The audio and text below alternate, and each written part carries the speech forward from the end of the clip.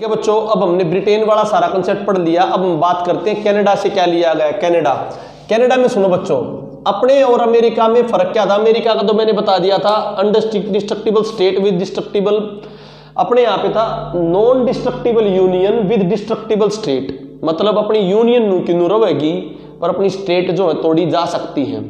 और इसके विपरीत अमेरिका में ना तो यूनियन तोड़ी जा सकती ना स्टेट तोड़ी जा सकती।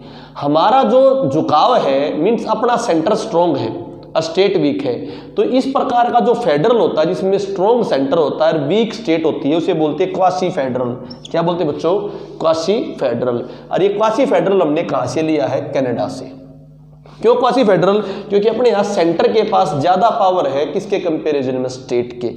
तो केंद्र के पास विशिष्ट शक्तियां, केंद्र के पास विशिष्ट शक्तियां, ये भी हमने कहां से ली बच्चों? कनाडा से। बात समझ में आ गई नहीं आ गई बच्चों? बहुत इंपॉर्टेंट पॉइंट। संघ और राज्य के बीच शक्तियों का बंटवारा, यूनियन और स्टेट के बीच शक्तियों का बंटवारा भी कहां से लिया है? कनाडा से। ठीक है, क्लियर? जैसे मैं दो आर्टिकल बताऊं बच्चों, आर्टिकल 312 अनुच्छेद 312 और आर्टिकल 249। ये विकिपीडिया में 349 लिख रखा है, गलत है, 249 है बच्चों। समझो ध्यान से। 312 में तो all India services, all India services, देखो नाम से तो ये लग रहा है कि पूरे भारत में सर्विस होगी, परंतु ऑल इंडिया सर्विस में 3 सर्विस होती है। IAS Indian administrative services, IPS Indian police services, IFOS है, ये IFS नहीं है, Indian forest services, foreign service नहीं है, इंडियन फॉरेस्ट सर्विस है। ये तीनों जो सर्विस है ये राज्य में दी जाती है, इनके कैडर दिए जाते हैं। कैडर जैसे IAS लगेगा तो राज्य लग गया, हरियाणा राज्य में लग गया, राजस्थान में लग गया, तो उसकी नौकरी हरियाणा राज्य में रहेगी। वो डेपुटेशन पे या प्रमोशन पे कहीं जा सकता है, अदरवाइज नहीं जाएगा, वो उसी राज्य में क्या रहेगा। तो डेपुटेशन में भाग सकता है। नाम ऑल इंडिया है परंतु एक कैडर मिलता है, वहीं पर रहते हैं। इट मीन्स ये काम तो राज्य में करेंगे और इनको अपॉइंटमेंट यूपीएससी करती है, सेंटर की बॉडी, और इनके ऊपर कोई भी इनके अंदर चेंज होगा, इनके अंदर कोई भी भाई चेंज हो, भाई इनकी सैलरी चेंज करनी है, इनके लिए और कुछ वैल्यू देनी है, इनके लिए कुछ रिम्यूनरेशन देने, भत्ते देने हैं, या इनकी जॉब का नेचर चेंज करना, कुछ भी करना हो, ये काम तो राज्य में करेंगी। तो राज्यों को शक्ति देनी चाहिए। राज्यों के पास कोई शक्ति नहीं है, राज्य के अंदर केवल इनका ट्रांसफर हो सकता है और इनके ऊपर कुछ भी नहीं हो सकता। मूवी में देखा होगा ना, तू ज्यादा मेरा ट्रांसफर कर सकता है, इससे ज्यादा कुछ नहीं करेगा, क्योंकि उनके बारे में सबको डिसाइड कौन करेगा? यूपीएससी और सेंटर। इनमें जो कोई बिल भी आओगा वो भी सेंटर में आओगा। पर एक बात दीदी, क्योंकि राज्यसभा जो होती है, राज्यसभा वो राज्यों की सभा है, राज्यों का प्रतिनिधि करती है राज्यसभा, तो इसीलिए एक टीम चॉइस दे दी। आर्टिकल 312 से रिलेटेड, ऑल इंडिया सर्विसेज से रिलेटेड कोई भी बिल होगा किस में होगा? राज्यसभा में होगा। परंतु है किसकी? अभी सेंटर की होगी, नहीं होगी? सेंटर के पास पावर होगी, नहीं होगी? राज्यों के पास पावर नहीं, परंतु एक चीज दे दी है, बिल किस में होगा? राज्यसभा में। तो केंद्र की विशिष्ट शक्तियों में आ गया। अरे एक और भाई, जैसे किसान अध्यादेश चल रहा है, किसान अध्यादेश में प्रॉब्लम आ रही है, पर किसान अध्यादेश पे तो सेंटर ने कानून बना रखा है, परंतु कुछ मुद्दे होते हैं जिनमें 2 से 3 राज्य इकट्ठे होकर सेंटर को बोल सकते हैं कि इन पे हमारे लिए बिल बनाओ। मुद्दे तो राज्य के, तो राज्य कानून नहीं बनाओगे, पर बनाओगा कौन? सेंटर। बात समझ आई नहीं आई? तो वो जब 2 या 3 राज्य बोले कि हमारे लिए बिल बनाओ, इस प्रकार के आर्टिकल, इस प्रकार के मुद्दे किस में आते हैं? आर्टिकल 249 में। ठीक है बच्चों, 2 या 2 से अधिक राज्य बोले कि हमारे लिए इकट्ठा होकर बिल बनाओ। ठीक है, तो ये केंद्र के पास विशिष्ट शक्ति, और ये बिल भी किस में आएगा? राज्यसभा में। तो राज्यसभा के पास 2 मेन शक्तियां हैं। एक तो 2 जब राज्य डिमांड करे हमारे यहाँ बिल बनाओ, या ऑल इंडिया सर्विसेज का बिल, दोनों राज्यसभा में आते हैं। अदरवाइज राज्यसभा में कोई खास पावर नहीं है। ठीक है बच्चों, 2 इंपॉर्टेंट पार्ट बता दी मैंने। अगला मैं पॉइंट करता हूं,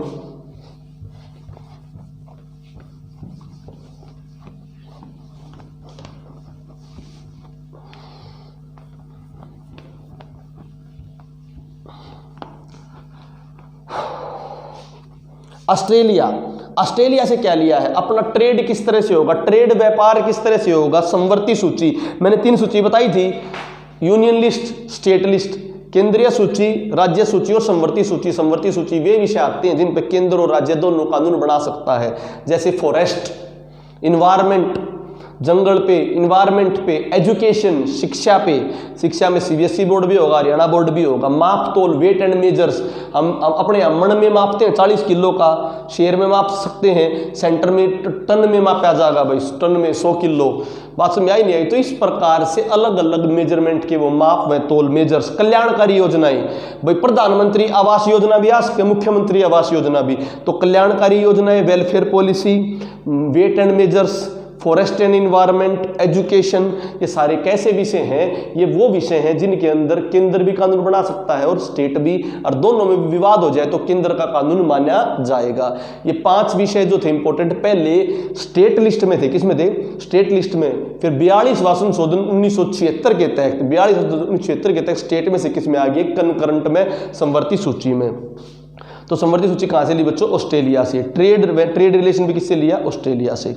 ठीक है, अगली मैं बात करूं आयरलैंड से क्या लिया? देखो, हमने बताया था राष्ट्रपति की जो शक्तियां हैं वो तो कहां से लिया? अमेरिका से।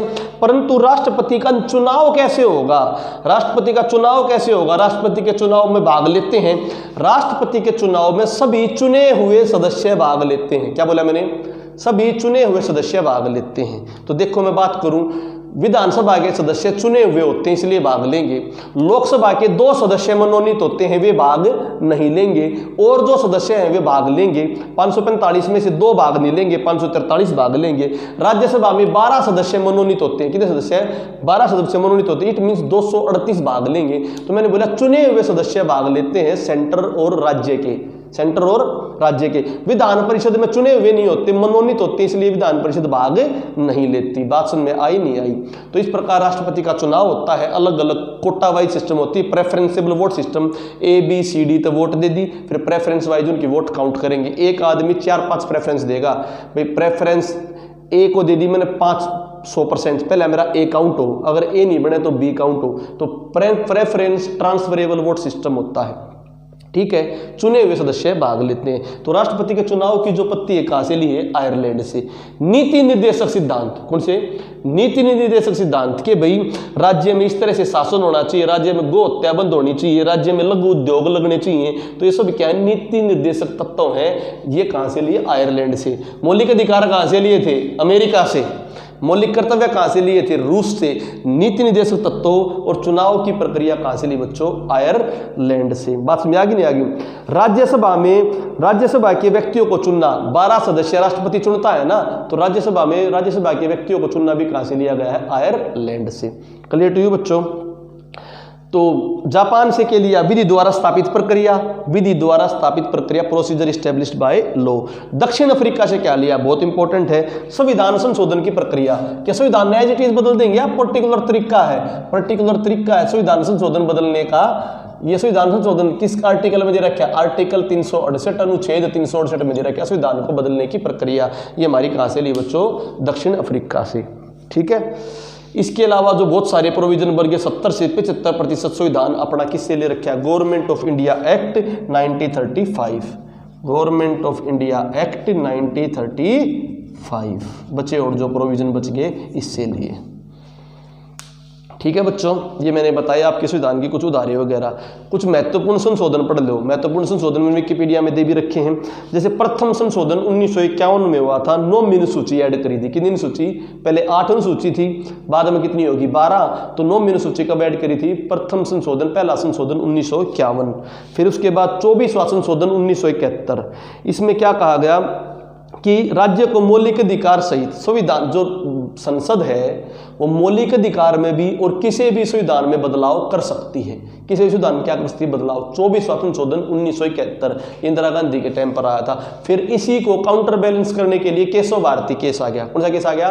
केशव भारती केस। 24 अप्रैल 1973 उसने कहा भाई 24वें संशोधन में 1971 में जो बात कही है कि भारतीय संसद किसी चीज में बदलाव कर सकती है वो ठीक है, परंतु बदलाव करते हुए परंतु बदलाव करते हुए ये देखेगी कि संविधान का मूलभूत ढांचा बिगड़ ना जाए, संविधान का मूलभूत ढांचा बिगड़ ना जाए, संविधान का बेसिक स्ट्रक्चर ऑफ कॉन्स्टिट्यूशन पे कोई फर्क नहीं पड़ना चाहिए। बात समझ में आ गया।